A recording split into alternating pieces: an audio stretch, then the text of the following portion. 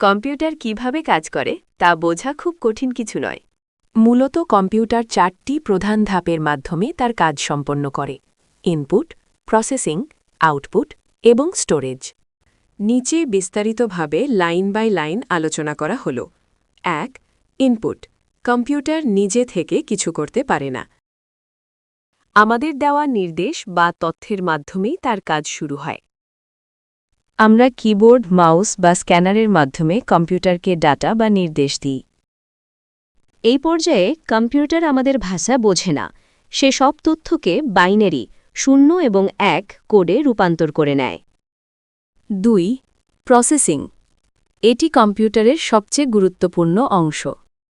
এই কাজটির মূল নায়ক হল সিপিইউ, যাকে কম্পিউটারের মস্তিষ্ক বলা হয়।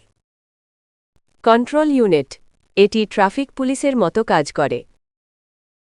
কোন কাজ আগে হবে আর কোনটা পরে তা নিয়ন্ত্রণ করে। Arithmetic logic unit. এখানে সব ধরনের গাণিতিক কাজ, যোগ বিয়োগ এবং যুক্তিমূলক সিদ্ধান্ত নেওয়া হয়।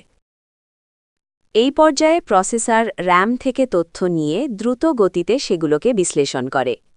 3. আউটপুট। প্রসেসিং শেষ হওয়ার পর কম্পিউটার যে ফলাফল আমাদের সামনে তুলে ধরে তাকেই আউটপুট বলে। কম্পিউটার প্রসেস করা তথ্যগুলোকে আবার মানুষের বোঝার উপযোগী করে মনিটরে দেখায় বা প্রিন্টারের মাধ্যমে বের করে দেয়।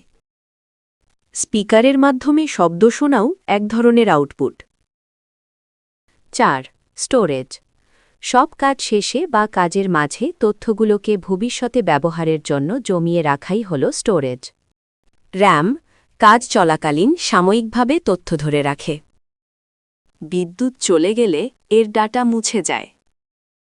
হার্ড ড্রাইভ বা এসএসডি। এখানে সব তথ্য স্থায়ীভাবে জমা থাকে। আপনার ভিডিও, গান বা ফাইল এখানেই সংরক্ষিত হয়। কম্পিউটার কাজের মূল সূত্র আইপিও সাইকেল। কম্পিউটারের কাজের ধারাকে সংক্ষেপে বলা হয় IPO cycle. Input, process, output. এখানে একটি ছোট্ট গাণিতিক উদাহরণ দেওয়া যাক। 1.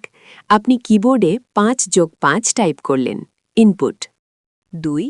সিপিইউ হিসাব করে দেখল এর যোগফল 10 হয়, প্রসেসিং। 3. মনিটরে আপনি ফলাফল 10 দেখতে পেলেন, আউটপুট।